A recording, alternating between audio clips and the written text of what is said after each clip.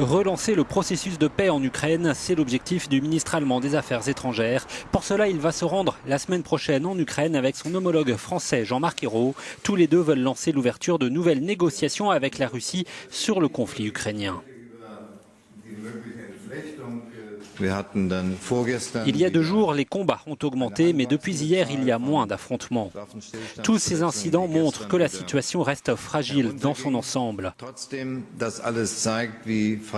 C'est à cause de cela que nous ne devons pas réduire nos efforts pour parvenir à une plus grande stabilité et relancer l'accord de cessez-le-feu.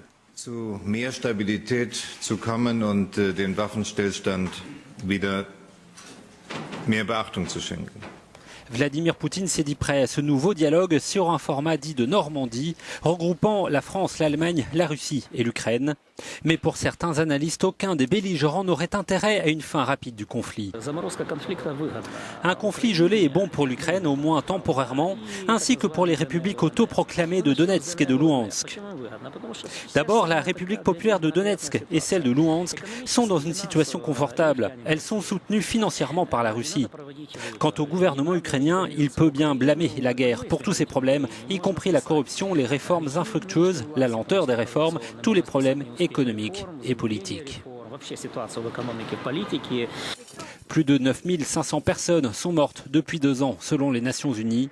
L'Union européenne a prolongé de 6 mois les sanctions et les mesures punitives contre la Russie et ses représentants.